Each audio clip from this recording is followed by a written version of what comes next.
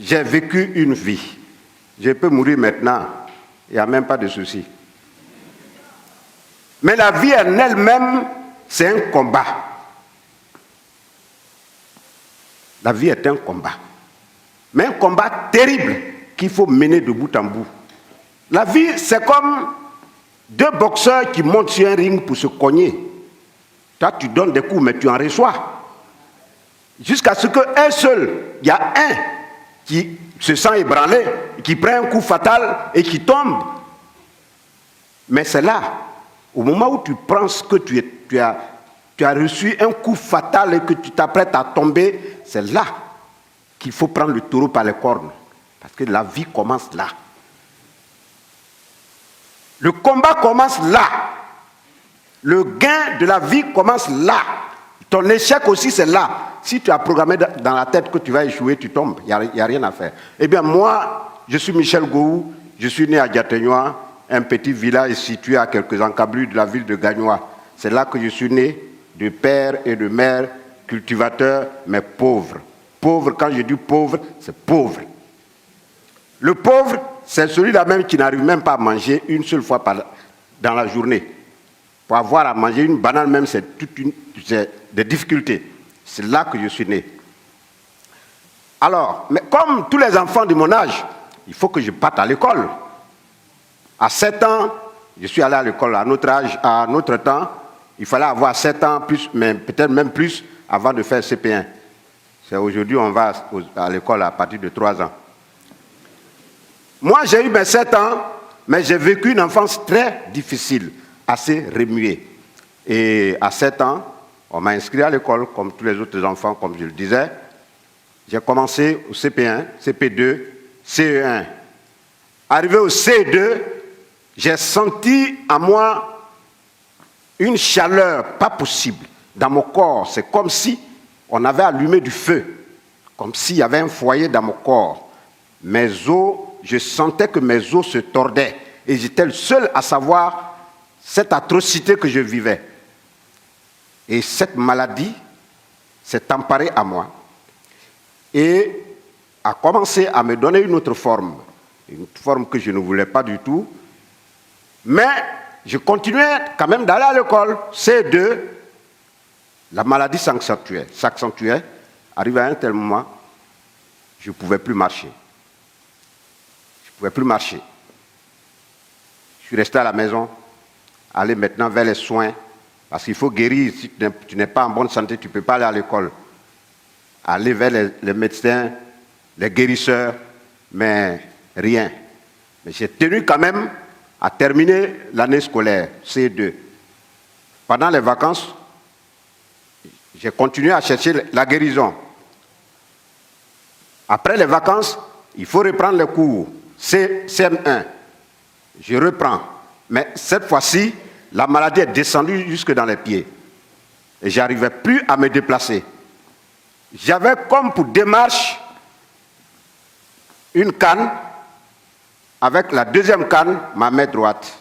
Donc la canne, je m'appuyais sur la canne, mais pour lever le deuxième pied, je me faisais aider par le bras droit. Et c'était difficile. Et mon école était située à 1 kilomètre de mon lieu d'habitation. De l'école, de mon lieu d'habitation jusqu'à l'école, je pouvais tomber au moins 10 fois avant de me lever. J'arrive à l'école en retard, mais le maître me battait copieusement. Pourquoi tes amis arrivent à l'heure et toi tu arrives en retard? J'ai dit, monsieur, regardez ce que j'endure actuellement.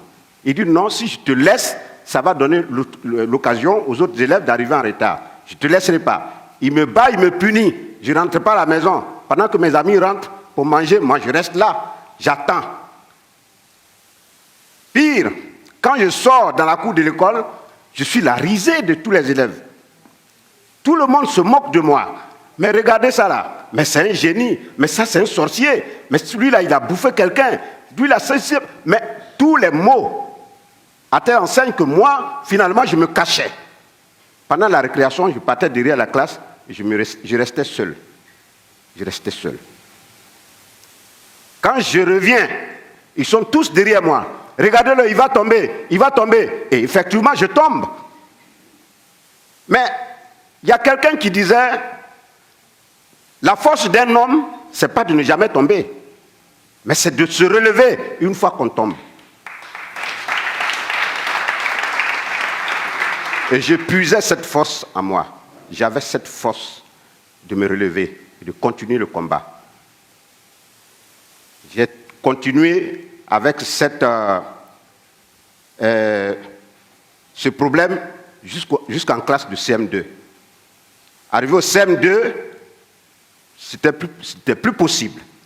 C'était une paralysie totale. Alors, mais je vous dis, paralysie totale. C'est-à-dire, quand je suis couché, il faut même quelqu'un pour pouvoir me faire relever, pour me faire asseoir. Je n'arrivais pas à m'asseoir tout seul. Alors, pour moi, l'école, terminée. C'est pourquoi je vous ai dit tout à l'heure, vous avez en face de vous un alphabet. Ma classe de CM2, je n'ai même pas bien fait la classe de CM2, je me suis arrêté là. Mais, j'y croyais encore. Malgré que tout était fini, j'étais couché là. Et puis un oncle qui a débarqué du Burkina Faso et qui m'a vu là, couché. Mais arrivé à un certain moment, pour moi, c'était la mort maintenant, puisqu'il n'y avait plus d'espoir. L'oncle est arrivé, il m'a vu couché, il dit, mais ce petit, vous le laissez mourir là alors qu'il y a des possibilités de le récupérer. Donc les parents ont dit, bon, là, dans son état là, en tout cas, prends-le, va avec lui où tu veux et soigne-le. Si il a pu guérir, c'est tant mieux. S'il n'a pas pu guérir aussi, c'est Dieu qui l'aura voulu. Et il me prend, direction Burkina Faso. Mais en passant par Oumé, parce qu'on partait prendre le train à Bouaké. Donc, arrivé à Oumé, à la gare routière, il me dit, bon, attends-moi là, je vais voir un de tes oncles quelque part dans un village là, je reviens te récupérer et puis on continue. Je dis, mais pourquoi je ne vais pas avec toi? C'est là il me ressort. J'ai dit à cet oncle que je viens avec toi. Et il m'a dit ceci. Arrivé à Oumé, laisse le petit là-bas, parce qu'avec la forme qu'il a, la façon il est là, si tu viens avec lui ici, mes voisins vont se moquer de moi. Quand il m'a dit ça, je n'ai pas pu me retenir, j'ai pleuré tout le temps. Mais j'ai pleuré. Quand il est revenu, il m'a trouvé les yeux enflés, complètement tuméfiés. On a continué. Mais je me suis dit quoi? Dieu existe. Il n'existe pas pour une seule personne, pour tout le monde, autant que nous sommes sur cette terre. Là où je vais, mon seul objectif, c'est de guérir et revenir. Si je guéris et que je reviens, je me battrai contre vents et marées pour réussir dans la vie. Et cet oncle, il verra. Dieu merci. On continue sur le Burkina Faso. 3 ans de traitement dans un village. 3 ans de traitement dans un village. Heureusement, j'ai pu retrouver l'usage de mes membres. Je reviens alors sur Abidjan, sur Gagnoa. C'est là ma ville natale. J'arrive au village, tout le monde est surpris de me voir sur pied. Pas de béquilles, pas de canne, rien. Je marchais tranquillement, comme vous me voyez actuellement. Mais je me suis dit, ça ne s'arrête pas là. La vie n'est pas encore gagnée. Il faut foncer. Alors j'ai commencé à faire les petits métiers. L'école pour moi c'était fini. Puisque les parents n'avaient pas d'argent pour m'assurer les cours au collège, pour moi l'école c'est terminé. Il faut maintenant être autodidacte pour pouvoir avancer. Parce que l'école, ça te met sur la voie pour pouvoir te guider. Et après maintenant tu te prends en charge, tu continues, tu fais le reste. J'ai eu quand même le b.a.-ba de l'école. Je sais lire, je sais écrire. Ok. Je commence avec les petits métiers à Gagnoa. Je suis allé gérer une boutique où j'étais payé 6 000 francs par mois. Après ça, je suis allé vendre du café à la gare routière. Pour ceux qui connaissent la gare routière de Gagnoa, j'ai vendu du café là pendant 1 an. Après, je suis allé vendre de l'eau à travers la ville. Après ça, j'ai été pompiste. Après, je suis allé encore apprendre le métier d'électronicien. Télé, radio. J'ai fait tout ça. Mais, parallèlement à ça, j'avais une passion à moi, c'était le théâtre.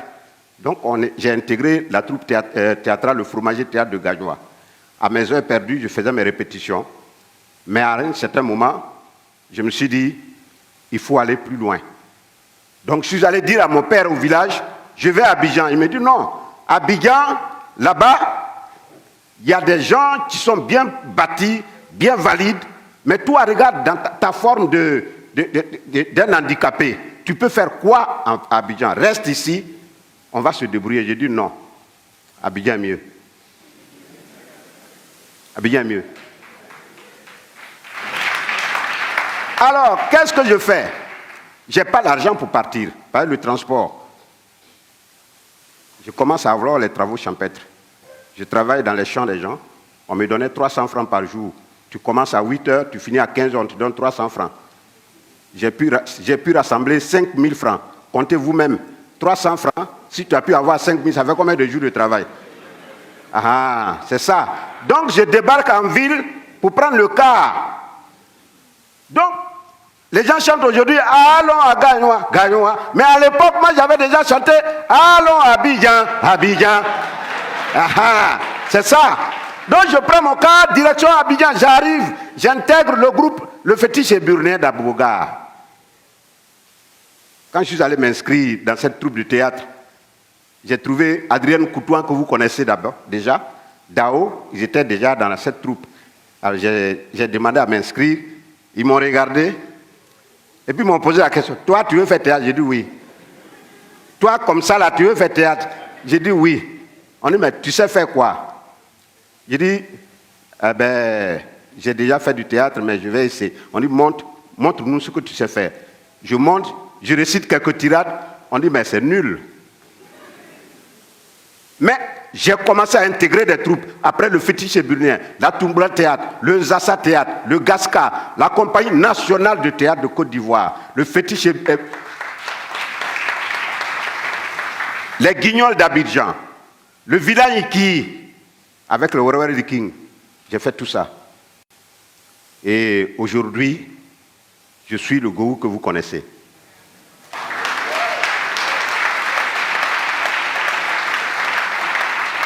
Mais, je me dis quoi? Mais tant que je suis là, il faut avancer. Mais il faut s'adosser sur le passé pour se propulser dans le futur. Parce que quelqu'un qui oublie son passé, il ne peut pas vivre. C'est-à-dire que tu ne peux pas connaître la vie, tu oublies ton passé. Regarde dans le rétroviseur, ça te permet d'avancer.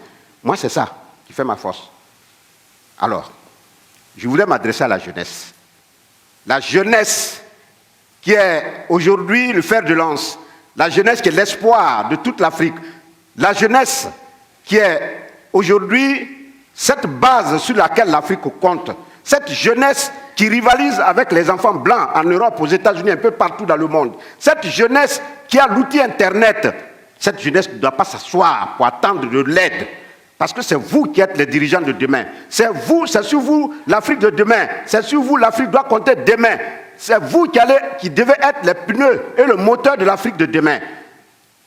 Rivalisez, allez, foncez. Prenez-vous en charge. Comptez sur vos potentialités. Foncez comme un beau diable. Ne vous asseyez pas pour dire non, j'ai mon cousin qui est ministre, l'autre est député, l'autre. Personne ne viendra vous aider. Personne. Il n'y a que vous. Prenez-vous en charge. Croyez en vos potentialités et foncez comme de beaux diables. C'est cela. C'est comme ça que l'Afrique peut avancer. Soyez avant-gardistes, jeunesse de Côte d'Ivoire, jeunesse d'Afrique, soyez avant-gardistes. Maintenant, moi, qu'est-ce que je compte faire? Ou alors, qu'est-ce que j'ai déjà commencé à faire?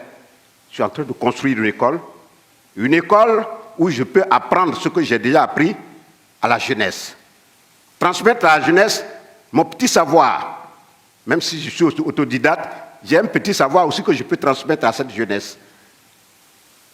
2, c'est d'ouvrir une fondation, récupérer tous les petits goûts qui sont ils sont beaucoup. Des enfants qui ont perdu le sens de la vie, qui ont perdu l'espoir et qui veulent vraiment s'attacher à la vie. Aller les récupérer, les former, leur donner un nouveau souffle de vie, leur donner un fouet pour pouvoir se prendre en charge dans la vie. Et c'est cette fondation que je suis en train de mettre sur pied aussi. Alors, je voudrais vous remercier et dire à la jeunesse d'aujourd'hui, la jeunesse africaine, soyez avant-gardiste. Je vous remercie.